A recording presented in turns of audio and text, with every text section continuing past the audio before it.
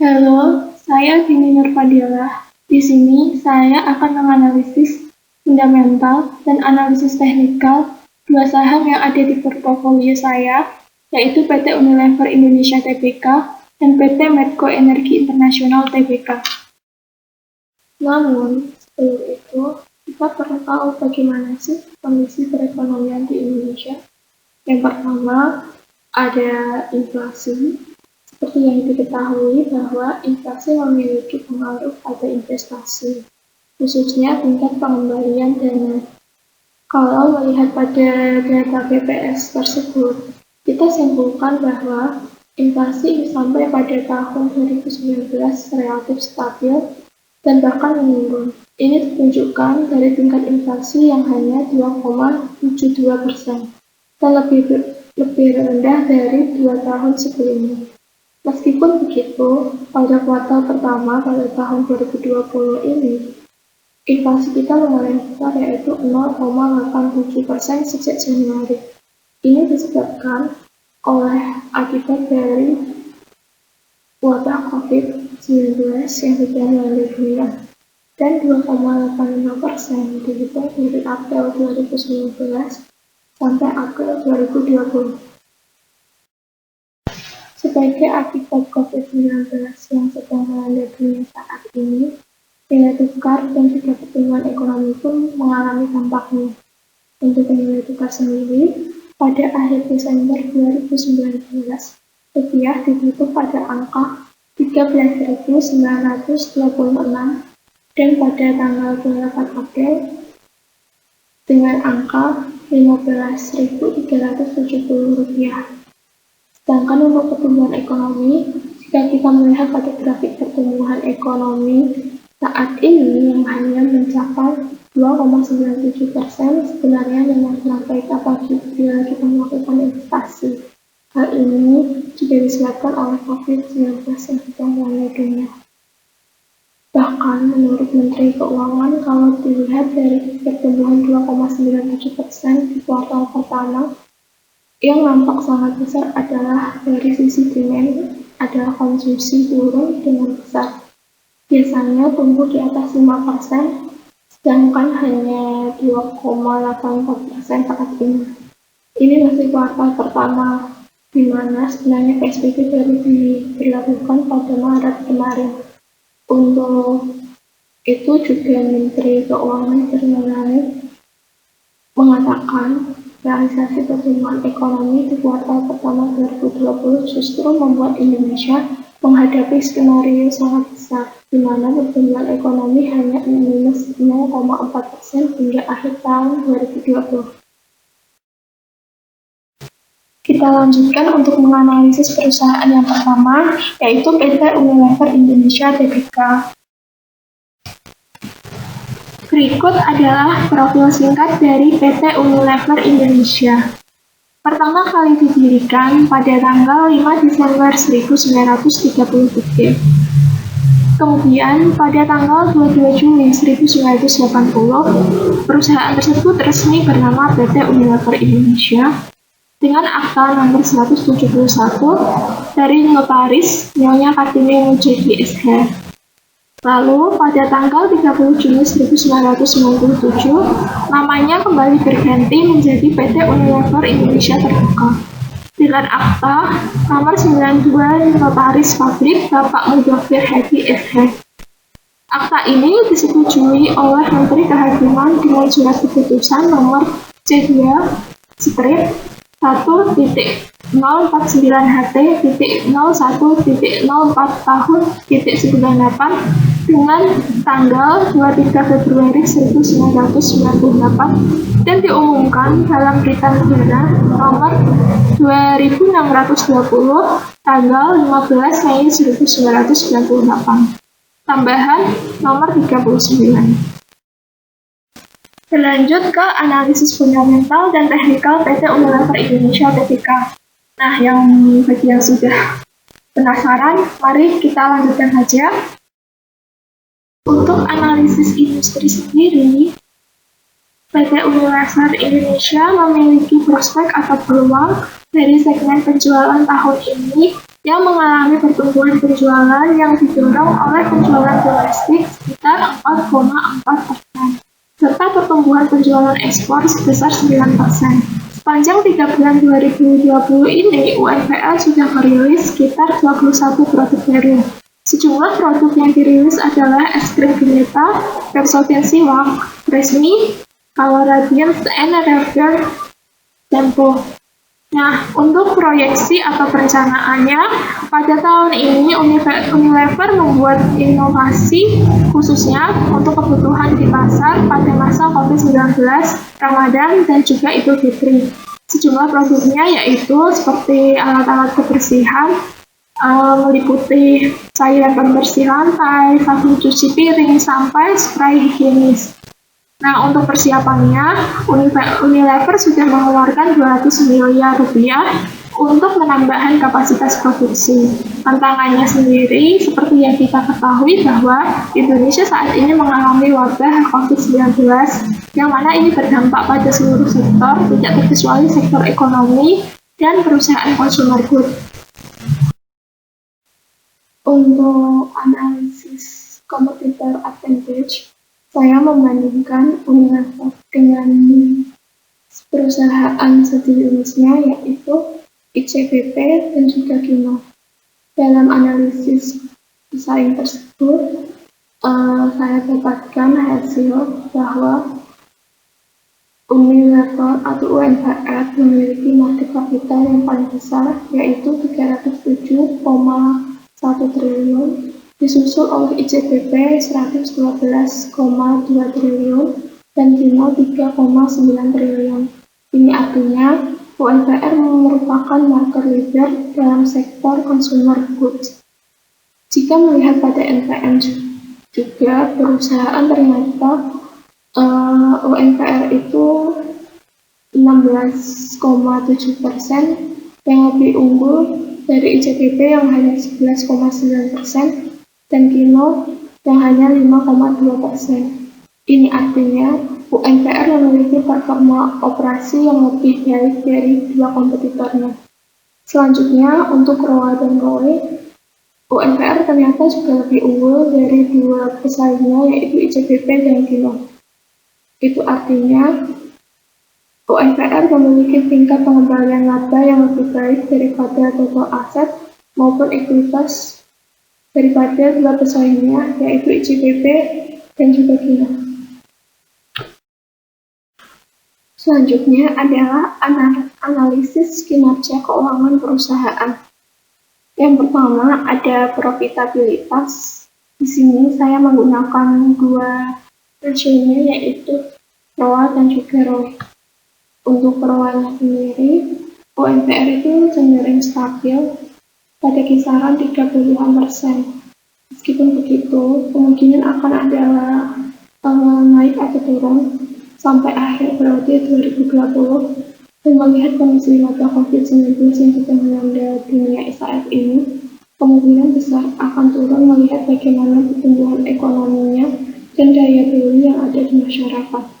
Selanjutnya untuk ROE, berbeda dengan ROA, kalau ROE sendiri itu untuk melihat tingkat kembalian laba atas total ekuitas. Tidak hanya menjadi tolak ukur kinerja perusahaan, tetapi juga pemegang saham. Dari data tersebut, kita lihat bahwa selama 5 tahun terakhir, ditambah kuartal 1, UNPR memiliki nilai di atas 100%. Yang artinya, semakin besar dana yang dapat dikembalikan oleh perusahaan dari ekuitasnya menjadi laba. Namun, melihat pada rentang antara ROA dan ROE UNPR tersebut, yang dinilai terlalu besar karena dari puluhan menjadi lebih dari 100%. Sepertinya UNPR ini memiliki kecenderungan hutangnya yang lebih besar daripada ekuitasnya.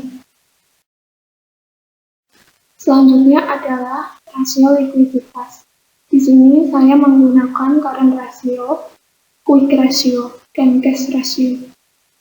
Untuk current ratio-nya sendiri, pada UNPR itu berfluktuatif. namun selalu di atas 100%. Itu artinya, untuk jangka pendek, UMPR bisa melunasi hutang dengan baik. Namun, hal ini juga serupa dengan quick ratio-nya dan juga cash ratio-nya. Untuk rasio solvabilitas sendiri, ternyata selama 5 tahun terakhir, share dari UMPR itu cenderung naik meskipun pada tahun 2018 sempat mengalami penurunan. Dapat dilihat bahwa UMPR kurang baik mengatasi hutangnya melalui ekuitasnya karena selama 5 tahun tersebut, share selalu di atas 100%. Selanjutnya adalah rasio valuitas.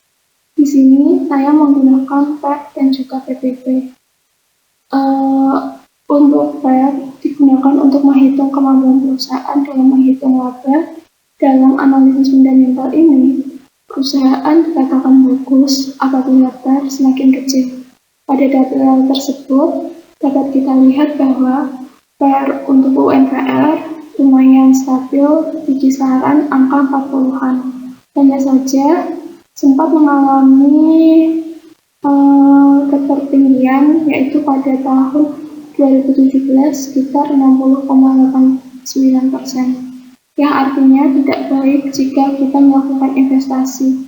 Namun, mengalami penurunan signifikan pada tahun 2018 menjadi 38,03, yang artinya ini adalah timing yang pas apabila kita ingin melakukan investasi. Untuk tahun terakhir yaitu 2019 memang naik menjadi 44,99%, namun ini tidak terlalu jauh, jadi masih bagus kalau kita melakukan investasi. Untuk PBB-nya sendiri, sama seperti PER bahwa semakin rendah nilai PBB dapat diartikan bahwa perusahaan bagus untuk dilakukan investasi. Pada PBB ini ternyata memiliki PBB yang lumayan besar pada tahun 2019 dibandingkan tahun sebelumnya. Ini mengindikasikan perbandingan harga di pasar terhadap nilai buku memang sedikit kurang baik daripada tahun sebelumnya, namun masih bagus karena tidak terlalu tinggi dibandingkan tahun 2017. Selanjutnya adalah analisis teknikal. Di sini saya menggunakan 5 indikator. Yang pertama ada moving average. Saya gunakan MA20 dan juga MA50. Kalau pada grafik tersebut kita simpulkan bahwa terjadi crossing dan harga naik dari bawah ke atas. Itu artinya kita bisa melakukan buy atau beli. Untuk indikator volume, terjadi tren yang positif melihat tren buy yang meningkat. Untuk tren RSI, grafik menembus angka di atas 30% dengan tren positif naik. Ini adalah sinyal untuk buy. Untuk indikator MACD, terjadi golden crossing dengan perpotongan garis biru terhadap merah. Arahnya ke atas, ini indikasi untuk buy atau beli. Untuk indikator stokastik sendiri, terjadi crossing ke atas. Ini artinya sinyal untuk beli. Kita lanjut untuk analisis PT Medco Energi Internasional Tbk. Berikut adalah profil singkat dari PT Medco Energi Internasional Tbk. Perusahaan ini berfokus pada bidang eksplorasi, pengembangan, dan produksi minyak dan gas. Nah, anak perusahaannya sendiri memiliki kepentingan di sejumlah blok minyak dan gas Indonesia, Amerika Serikat, Tunisia, Libya, Oman, Yaman, dan Papua Nugini. Nah, beberapa anak perusahaannya antara lain PT Medco E&P Indonesia, Medco Strait Service Pte Ltd, dan PT Expanse Petrogas Intranusa. Kita lanjutkan pada analisis fundamental dan teknikal PT Medco Internasional Tbk. Kita mulai dengan analisis industri. Di dalam analisis industri ini, MEDC memiliki prospek atau peluang yang mana memiliki likuiditas yang cukup dan struktur pendukung untuk bertahan di harga rendah. Kas yang dikantongi juga lumayan besar, yaitu 1,2 miliar US dollar. Dan fasilitas yang masih tersimpan sekitar 250 juta US dollar. Mengenai proyeksi atau perencanaannya, perusahaan membuat kebijakan lindung nilai dalam meminimalkan risiko yang akan terjadi pada perusahaan. Tantangan atau hambatannya pada tahun ini, seperti pada perusahaan-perusahaan lainnya, untuk industri minyak, di mana harga minyak beberapa kali anjlok, juga terganjal pada wabah corona yang sedang melanda dunia. Untuk analisis kompetitor akuntansinya, saya bandingkan METC dengan perusahaan sejenisnya, yaitu ESA. Untuk NPM, METC memiliki nilai yang lebih besar, yaitu 1,9%, daripada ESA yang hanya 1,6%. Ini artinya METC memiliki kinerja operasional yang lebih baik daripada ESA. Selain itu, untuk market kapitalnya, METC itu lebih besar juga daripada ESA, yaitu 8,7 triliun berbanding dengan 2,2 triliun. Itu artinya METC merupakan market leader dalam sektor pertambangan, perminyakan dan juga gas. Untuk Per dan ROI-nya, METC juga lebih unggul daripada ESA, yang mana ini artinya METC memiliki kemampuan saham dalam menghasilkan laba yang lebih baik dilihat dari data barnya. Sedangkan untuk ROE, METC juga lebih unggul, yaitu 1,9% dari ESA yang hanya 1,3%. Ini artinya tingkat pengembalian laba terhadap ekuitas yang lebih baik daripada ekuitasnya dibandingkan dengan kompetitornya, yaitu ESA. Kita lanjutkan untuk menganalisis kinerja keuangan dari METC. Di sini untuk yang pertama adalah profitabilitas. Saya gunakan ROA dan juga ROE. Untuk ROA-nya, jika melihat data pada tabel tersebut, hampir tiap tahun ROA METC itu mengalami penurunan. Meskipun begitu, cukup baik pada kuartal ketiga tahun 2019, yang mana melampaui dari tahun sebelumnya, yaitu 0,98%. Untuk ROE-nya, sama dengan data ROA, pada ROE METC pun sama, meskipun sempat mengalami kenaikan pada tahun 2019, ternyata mengalami penurunan pada 2 tahun setelahnya, namun pada kuartal ketiga 2019 mengalami kenaikan menjadi 2,09%, yang mana angka ini menjauh dari angka minus tahun 2018. Ini artinya ada pengembalian laba dengan tingkat ekuitasnya. Karena melihat rentang ROA dan ROE METC yang tidak terlalu jauh, ini artinya METC memiliki kecenderungan hutang yang tidak terlalu besar daripada ekuitasnya. Selanjutnya adalah rasio likuiditas. Karena rasio pada METC seperti yang ditunjukkan tabel tersebut mengalami fluktuasi, meskipun pada kuartal ketiga tahun 2019 mengalami penurunan dari tahun sebelumnya. Akan tetapi, angkanya masih di atas 100%. Ini artinya METC memiliki kinerja yang bagus dalam pelunasan likuiditas jangka pendek. Fluktuasi current ratio diikuti dengan 2 rasionya yang lain, yaitu quick ratio dan cash ratio. Lalu lanjut untuk rasio solvabilitas. Meskipun dalam rasio likuiditas dapat dikatakan bahwa METC dapat melunasi utang jangka pendek dengan baik, akan tetapi ternyata pada rasio solvabilitas sampai pada kuartal ketiga tahun 2019, pada METC selalu di atas 100%. Itu artinya ada kemungkinan perusahaan tidak dapat mengelola hutang keseluruhan dengan baik. Namun, kemungkinan semua jatuh tempo dalam satu waktu itu sangat kecil. jadi masih dikatakan baik. Selanjutnya adalah rasio valuitas. Seperti yang kita lihat bahwa pada tahun 2019, ternyata MEDC memiliki TAR maupun PDB yang besar. Ini mengindikasikan bahwa kemampuan MEDC dalam menghasilkan laba maupun perbandingan harga di pasar terhadap nilai bukunya itu kurang baik. Lalu, untuk rasio yang terakhir pada kinerja keuangan yaitu aktivitas.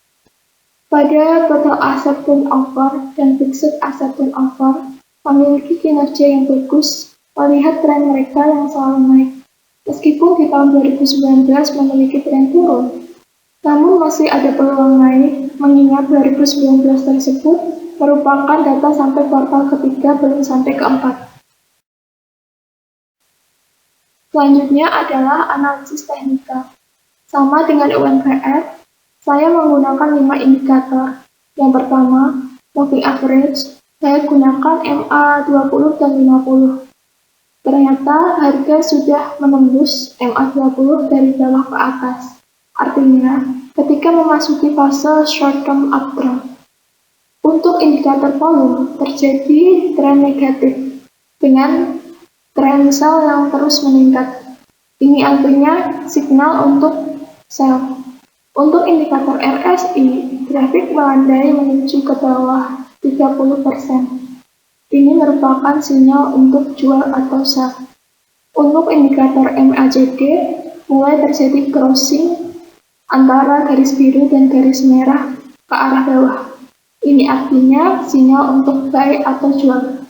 Untuk yang terakhir yaitu stokastik, grafik terjadi crossing pada angka lebih dari 80%. Ini artinya oversold, yang mana melandai ke bawah, sinyal untuk sell atau jual. Sekian dari yang bisa saya sampaikan.